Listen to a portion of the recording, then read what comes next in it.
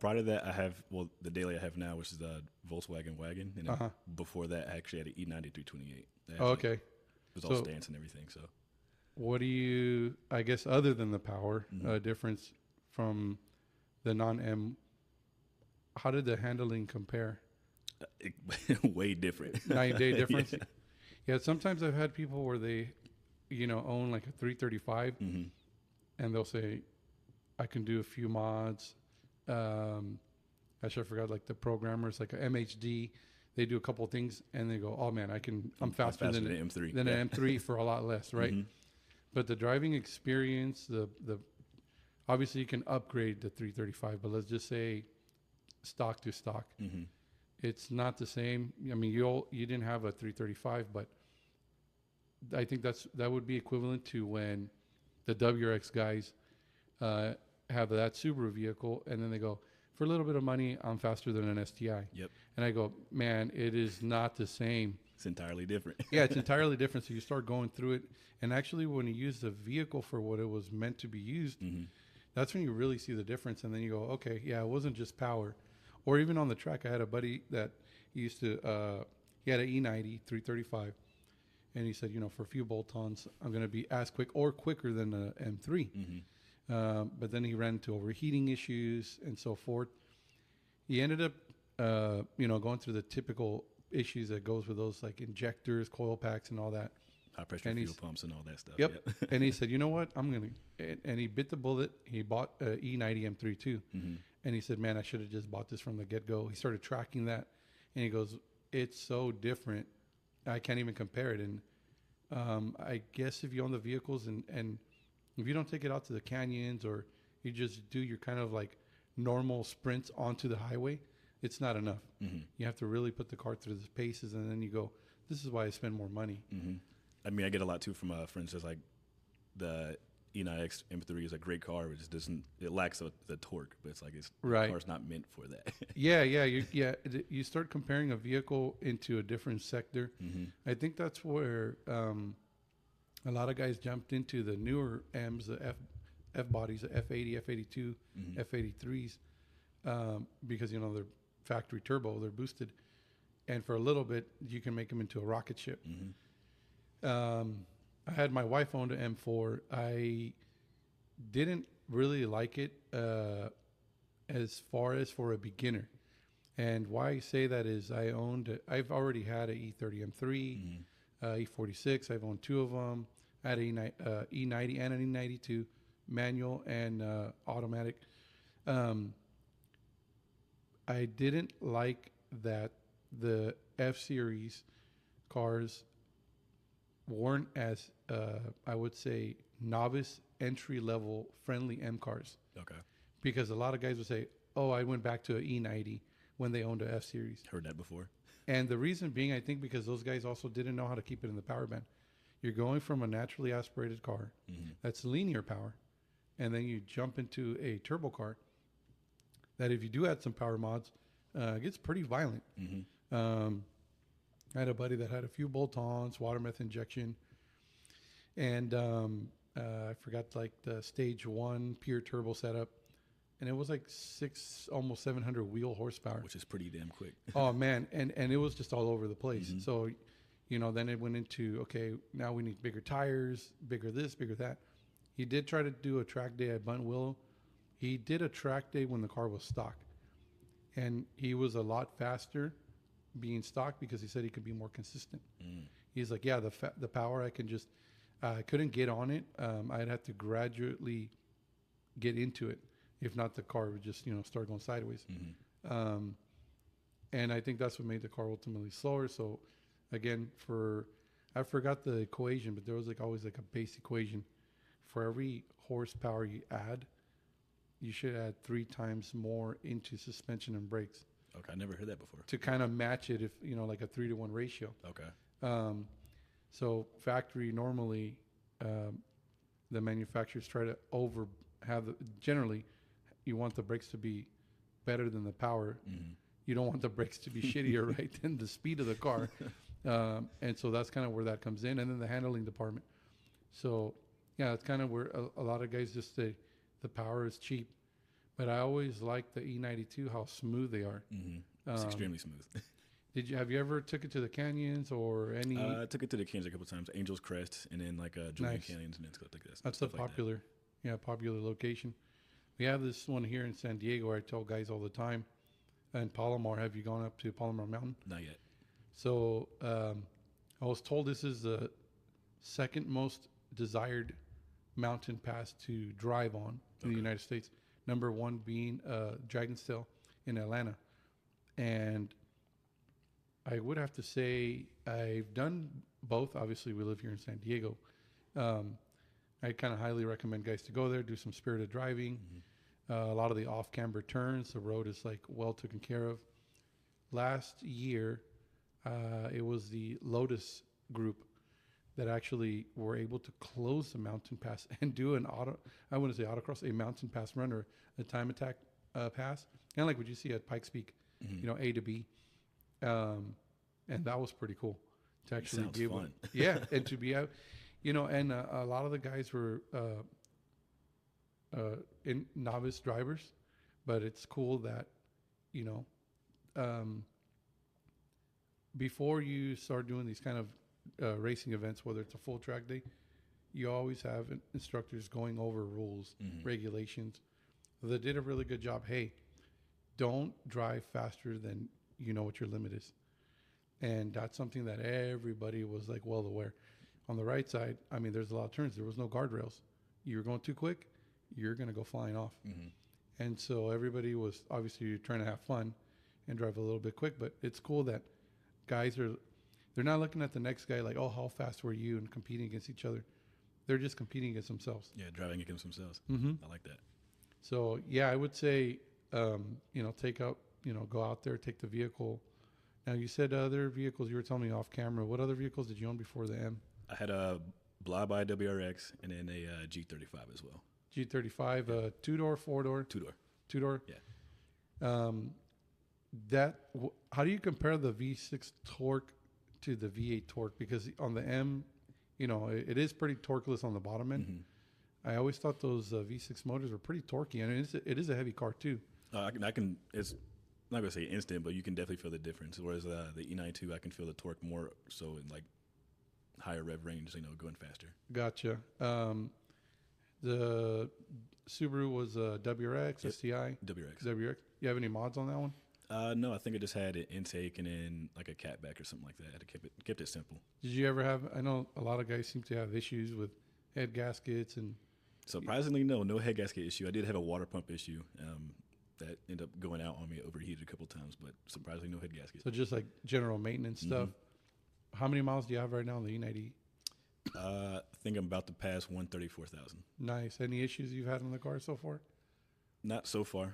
Right now I have a issue with my fuel transfer pump. It has a crack on the top of it because it's plastic, and the car is a 2008, so it comes with it. Gotcha. Yeah. So, what are we in now? 2008? It's almost, 15, 16 years, something like that? Yeah, it's up there. Yeah, we never think about it. Like when you hear, oh, I bought this car, it's 89 mm-hmm. or early 90s, and then you start doing the math, and you're like, this is 25, 30-year-old car. Yeah, so we kind of get in a time capsule where we kind of think the car is still fairly newish. Yeah, but we don't, even then, if you don't drive it, plastics and rubber start deteriorating. Mm-hmm. I guess, how was your process of like buying the vehicle? Did you go through you bought it a lot? Did you buy it offer up? I bought it from Facebook Marketplace. I was like, one day, I was like, you know what? I have the money for it. I want one of these cars. So I'm going to just go ahead and pull the trigger on it. So I searched a couple of days. A couple of guys ghosted me for some reason. And then one guy hit me up. He was like, yeah. I was like, all right, let's meet up today. And bought it that day. That's cool. How many miles did you have on it? I bought it, I think, at 123, 124. So it's been like 3 months. I've put almost 10,000 miles on it. Wow. So you're really enjoying it. Yeah, I've been driving it. That's cool. What mods do you have on the car right now? Right now I have a RPI Catalyst mid pipe and then a Evolve valve axle back. Cool. And then a Mach Chanel intake. I saw you had wheels on it. What are the specs on them? 10.5 wide, plus 22 offset. What brand? Titan 7. You're swapping wheels? Yeah. What are you putting on now? No, the Titan 7. Oh, that is that is the current setup. Okay. So ones I had one before were the CSL wheels. Gotcha. Yeah, those. Yeah, I mean, excuse me. I think the car is aging pretty well. Mm-hmm. I thought that the F82s, F80s were going to age well. Mm-hmm. I normally what I do is I look a lot on the car auctions. The E46, I want to say that the E9X body M's, those are almost as much at the auction right now as the F series. Really? Yeah, it was a while where, and even the G bodies, the current body, mm-hmm. had dropped significantly, or sometimes they were under what I would see commonly under a F body. But all the E body M's right now are just as much as the F bodies. The F body dropped that much. Wow. And then I saw the G bodies right now. Currently, I mean, of course, we're 2024. Mm-hmm. This is May. Just currently what I've seen on the market. The M2 F series cars, that one has dropped dramatically. Really? Yeah, I mean, if you don't mind owning a salvage title car, you can find those all day under 20 grand. Mm-hmm. For like, it's insane. There was cars. I mean, have you ever looked at any cars before COVID that you were like, oh, I want to buy this, and then you kind of waited? Oh yeah, so cheap, and all of a sudden it was incredibly expensive. That happened to me. I was always eyeballing manual DB8s, Aston Martin, mm-hmm. and I said, oh, you know what? It's going down. It's going down. Man, I kick myself in the butt every day. They're so expensive now that the car just did not go down again. I mean, I was looking at them about 20 grand mm-hmm. plus minus. Sometimes you see them a little bit under. Now they're over double. Really? And they just seem to just keep on climbing. Surprisingly, the cars that I've seen currently this year to keep plummeting down slowly. And I thought they were going to go up. I mean, they're still up there, but there is some you start shopping around. Mm-hmm. Whether you go through the auctions or if you can go through Facebook Marketplace. There was a Gallardo gated, 22,000 miles, clean title, 55 grand. Wow. Yeah, factory color, silver. So if you start kind of like just shopping around, there is some deals coming back. Mm-hmm. And it just depends. Some guys are like, no, I don't buy nothing salvage. A lot of times you get clean title cars and they're more damaged than a salvage title car. Yep. Because somebody can get in a fender bender and just take off. Mm-hmm. Or, whatever the situation was, right? This doesn't get reported. So you end up finding out. I had a vehicle like this. A buddy bought a E90 M3, 13 grand, killer deal. It was like 79,000 miles. Gets the car. And after driving it for a couple of months, one of the tires just kept wearing out. I was like, oh, you need an alignment, I'm sure. He's like, oh, steering wheel's a little crooked. And the right tire just keeps getting eaten out. So he took it to get an alignment. And when he was doing the alignment, the guy goes, hey, there's like a bluish resprayed frame on the bottom of your car. Oh, no. And he's like, what do you mean? Goes down there. They jack up the front of the car, and the right rail was cut and re-welded right where the strut tower goes. So the whole thing was actually shifted. So they took it. He ended up taking it to a frame shop. Mm-hmm. It was not squared. The front end was actually crooked to the right. You can also see like these little gaps on the headlights, little things like that. Mm-hmm. And he ended up fixing it. It cost him so much that it was just about the price of getting one that wasn't damaged. Yep. It wasn't clean. It wasn't salvage title. It was clean title. But again, you really have to take it to somebody that knows. And they had the engine bay was resprayed. Mm-hmm. So he just thought it was just well taken care of. Yeah, somebody did it under the table and hide the work. Yeah. So, obviously the price reflected that. Mm-hmm. But then going back and fixing it, Yeah. you ended up paying more, and you still have a car that's been cut up. Yep, and a lot of people say it was a minor fender bender when actually the frame is all messed up. Yeah. They're not going to tell you the full story so they can get more money out of it. You have any other plans that you're going to be doing, modifying? As of right now, not really. I want to get a tune on it so I can get rid of my service light. But other than that, no, I'm gonna keep it the way it is. Have you had any or have you heard any of the videos with those cars with the airbox off and the ITBs on them, like full open velocity stacks? I have not yet, but I've heard great stories about them. Yeah, you can hear it on YouTube. The sound that they make, I've actually heard a few in person, but the sound is out of control. Like it sounds very exotic. That's the only way I can put it down. Yeah, it's a mod that I always kind of tell guys, like, yeah, if you have that car and you have that motor, that's like a must to do. Okay. You can really get to hear the sound and fully enjoy, you know, from factory, their individual throttle bodies, you know, obviously with the airbox on, and they're a map sensor.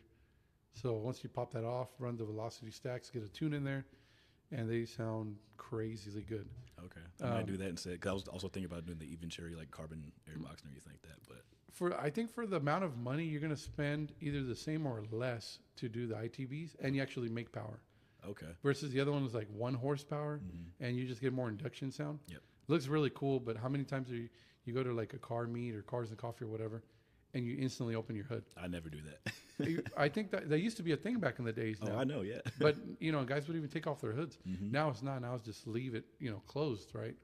I went to Sunday Steel, I think it was about a week or two ago, and there was it was an E90 and an E93, and they both had a supercharger on there. Really cool. Their car wheels were powder coated to match the supercharger. That's cool. Yeah. But that was the only time that I can see somebody opening the hood like halfway, just to kind of, you know, you'd see it. It's aesthetically pleasing. Yeah. Yeah.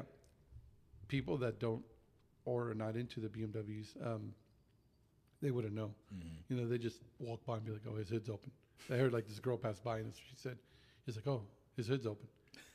So, I think you either have to go like full extreme carbon everywhere and, you know, hardware in the whole 9 yards. Then you open the hood, and then everybody that passes by, they're like, "Oh, this is like a show engine bay." Yeah, it's like, oh, I'll find details and everything.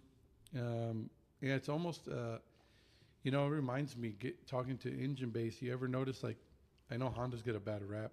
A lot of times, you know, a lot of the joke vehicle with like the Mustang crashing, you know, there's always just this certain type of models that seem to just hit that. EV cars are now that, you know, a lot of people crack jokes on those vehicles, but I always tell my buddies, I go, man, if you look at the engine bays on the Hondas, they're really clean.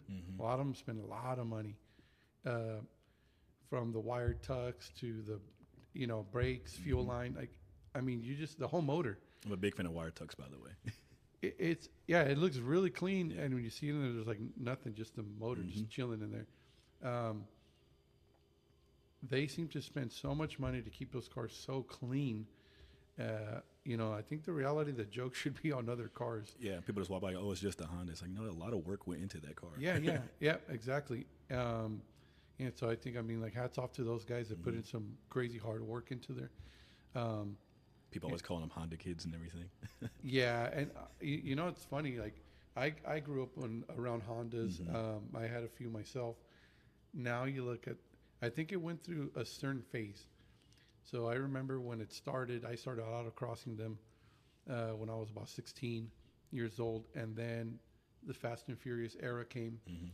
People started to do, you know, the split trunks and the Lambo doors on them and all this stuff.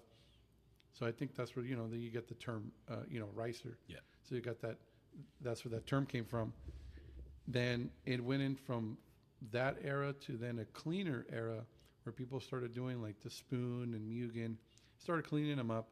I think that I remember my wife had a 05 STI, and when I would go to like the Subaru meets, I thought the Hondas were a lot cleaner. Simply they had like lip kits and a wing in the back, and then you would have the Subaru community would have like the Zero Sport products. The grills were a little bit more ricey. The wings, the lip kits were like really big. Yep. But nobody would reference those cars because they were all-wheel drive, turbo. So it's Honda's like, oh, that's an actual car. Yeah. So people would say like, oh, it's a front-wheel drive. You know, kind of a, what do they call it? The, you know, the spineless car. of the automobile. Okay. And so, because it's literally the front pushing the back half of the car. But I would tell guys like, no, they're really good cars. Mm-hmm. And then the evolution started going, and then guys started really spending money. Drag racing. I think if you look at import drag racing, Honda's made the pathway or the gateway to other cars. Mm-hmm. Then people go like, oh, I have a 246. Then they put, bigger engine. Mm-hmm. They went from the Nissan motors, 4 cylinders, 6 cylinders. Now and they started LS's. Turboing. And I think those really made an industry. The Supra, those were like the main cars that opened that scene. It's still very popular on the East Coast. Not as popular on the West Coast for drag racing as it used to be. I think that's, the police cracked down a lot on that. It went down. Then the new stuff with the sideshows, for current years. So that really normally the people would be interested in those moddings went towards that way. Yeah. You have any take on kind of the evolution, of what the import scene has been? And because ultimately a lot of guys too, we start out with Japanese cars, but then we go into the Euro stuff. Yeah. I have no clue how I got from JDM to Euro. I just kind of transitioned that way. I used to have a roommate back in the day who was really big into BMWs. Mm-hmm. Made me create my infatuation for them. But when I was growing up, my dad's really big into Mustangs. Okay. So me seeing that is what I knew for a while, and then me breaking to what I know now is I don't know. It's a lot different. You ever think of owning a vehicle buying a Mustang? I always wanted a Fox body. Nice. Yeah. Yeah, I had a 91 Fox body. I'd had a 65. And I quickly realized how much money I had to put into the 65. Mm-hmm. And I said I didn't want to go into a full frame off restoration. And I think when you start adding the hours and time, if you're true to yourself and you think, well, this is where I am with my financials right now. Mm-hmm. I think a lot of guys don't do that. They look at a car, this is $1,000 car, boom, jump on it. But it's going to require another $50,000 to get it where you want to be. Start looking at paint, interior, engine trans. You might want to change the motor. And those cars are carbureted, so you might want to go into something newer that's fuel injection. Mm-hmm. Yeah, you start adding that up. I told my buddy, and I go, I think a lot of times too, it's nowadays especially, if depending on your circumstances, it's easier to jump into a car loan and then mod it with a few tasteful mods, and then jump into an older long-term restoration project. So that way you can just kind of be on the hunt for parts. Okay. Instead of you have kind of a beater daily, and then you jump into this car that you really love and want, but you don't have the money. You only make X amount of money a month. And, I think you just, what is it, that phrase, you got champagne dreams on a beer budget. Yeah. So, it's kind of being realistic and true to yourself. Yeah. I wish that I had that thought process when I was young, because I would buy all these old clapped out cars, and I go, man, I'm going to do this and this, because I would see an end result of somebody else's build or something like that. Never did I go down the line and say, okay, the wheels are this much, the brakes are this much, going down the whole list and then being realistic to myself. It would always, how many cars do you not see on OfferUp, Facebook Marketplace, not even halfway done? Mm-hmm. I don't have the time for it anymore to finish it or something like that. And it's not the time, it's the budget. Mm-hmm. A lot of times it's really not the time, because you could, if you just put it to the side and take your time, right? Yep. But they said, man, I've already invested so much. And then you realize, okay, one thing I've kind of told guys, it's always shop around for those deals. Mm-hmm. See if it works with you. You actually will save quite a bit of money. And, you can start looking for these almost done projects. Mm-hmm. Some people go, oh, well, that's, it's a bought, not built. You've always heard that. And I said, I understand that phrase. I said, but I would rather still buy that. At the end of the day, if you go, you didn't make this car anyways. You didn't do like a full frame, like, you know, like a kit car, right? You built the frame yourself. You're doing the whole thing. So technically you're still bought, not built. You're just buying parts and putting them on. Yeah. Into a already, finished product. Yeah. Yeah. So I think financially, if you want to get out there and have fun, and it's your hobby, that I think that's a smarter way to go about it, better approach. Because if you start, somebody else is willing to take a loss, and then you can negotiate them on the price, and then get a really good deal for yourself. I actually did that with my E92. Oh, really? Yep. The guy was selling it. He was like, "Yeah, I just had a kid. I just got to separate and get my finances or whatever." And I was like, "Gotcha." Right. I actually offered him 23 for it, and he was like, "You know what? You're a good guy. I'll give it to you for 22.5." Wow. I was like, "Oh wow, okay. I've never had that happen before." Yeah. So he was a really motivated seller. Yeah. Yeah. So, and I think too, if you're looking at like a young seller, probably lives at home, you know, his bills are a lot less than somebody like you said, you know, he's trying to. Was he having a kid or? I think he had just had he had already had a kid, but he was having another one, the second one. Oh yeah, so he was like, yeah, this two-door got to go. Yeah, if you started looking at like, so you start finding deals like that. Yep, I actually see him in a couple of car meets now. Really? Yeah. He's all, that used to be mine. Yeah, he says he misses it every single time. Yeah. You're like, well, there's more. Yeah, but he had to sell it for his reason. So when you had the WRX, what'd you end up doing to that? I actually ended up selling it. I sold it to some girl back in Ohio, was where I'm from, and she got it and wrapped it, put wheels on it, stanced it out and everything, and she ended up selling after that. What do you see as the car scene since you're from Ohio versus what you see down here in San Diego?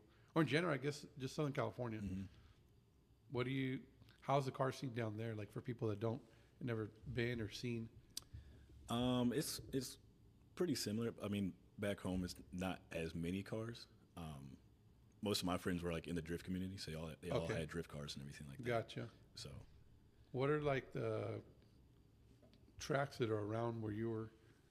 As far as drift tracks, I think there's like I think it's called Kill Care, something like that. There's another one, and then another good like road race track is called Midway, Ohio. Okay. So if you're from, if you're from Ohio, you would know these places. Yeah. But when I was like, in the cars, I didn't take up the tracks or anything like that. So, gotcha. Yeah.